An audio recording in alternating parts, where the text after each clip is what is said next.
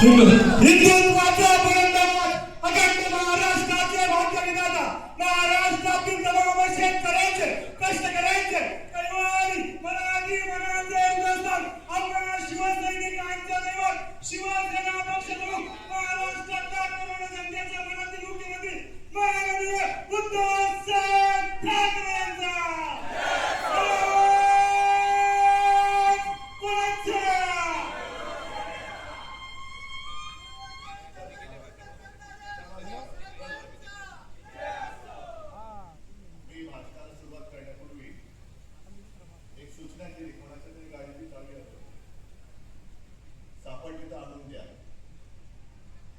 मी तुम्हाला एक सूचना करणार आहे की आपला खासदार पळालेला आहे,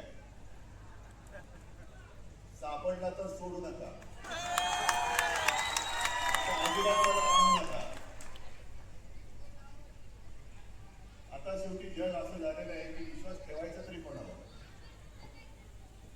आणि काहीकांच्या नसा नसामध्ये गद्दारी भरलेली असते, रक्तामध्ये गद्दारी भरलेली असते.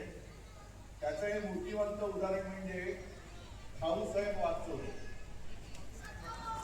खाऊसाहेब आहे, जाऊ तिथे खाऊ. पण मी आता तुमच्या समोर येण्याआधी मला काही जण सतत सारखे भेटतच आहेत. मला म्हणाले, साहेब हा शुभशकून आहे.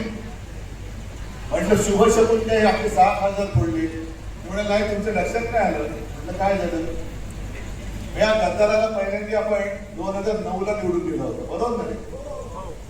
आणि 2014ला हा पळाला होता. हा पळाला आणि आपलं सरकार आलं. म्हणजे चांगलं आहे. असं असतं तर आधीच पळवत असतं याला. पण हे जिथे जातात तिकडे बट्ट्या बोलवतो. काँग्रेसमध्ये गेले, काँग्रेसचं सरकार पडलं.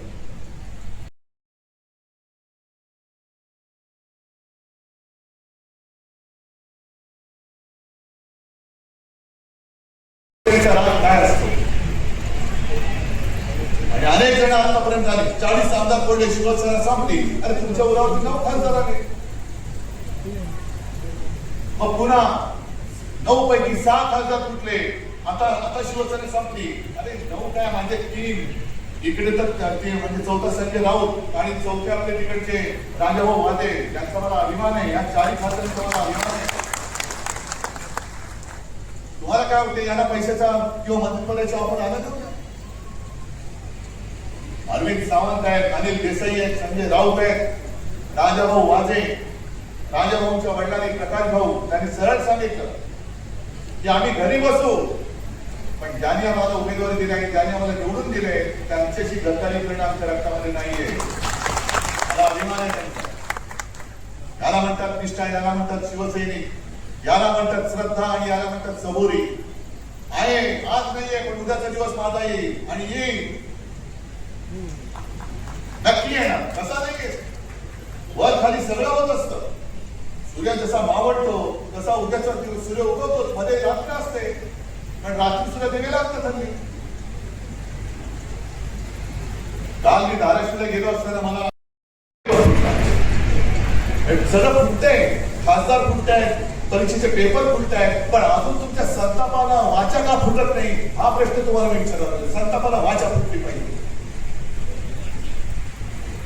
आता आपण नुसतं सहन करायचं, हा फुटला, तो फुटला, तो फुटला.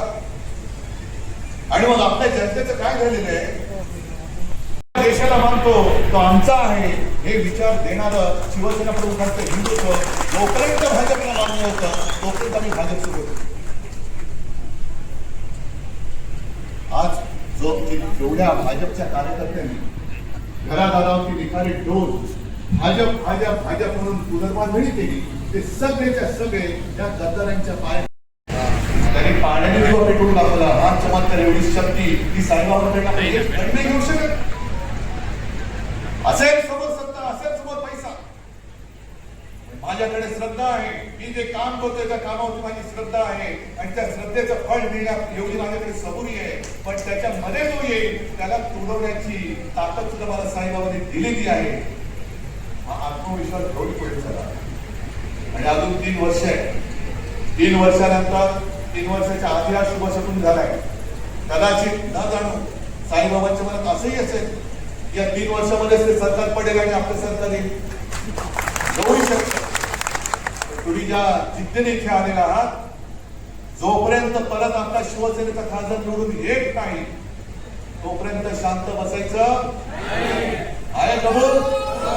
बस एकच तुमच्या हातातली मशाल, त्या मशालीने गद्दाराला निवडून दिलं.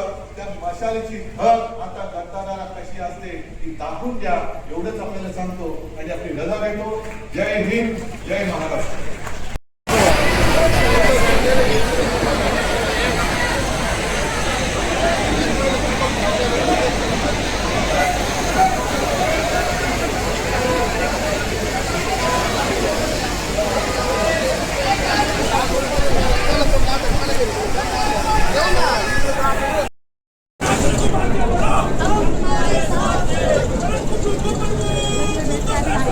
Thank you.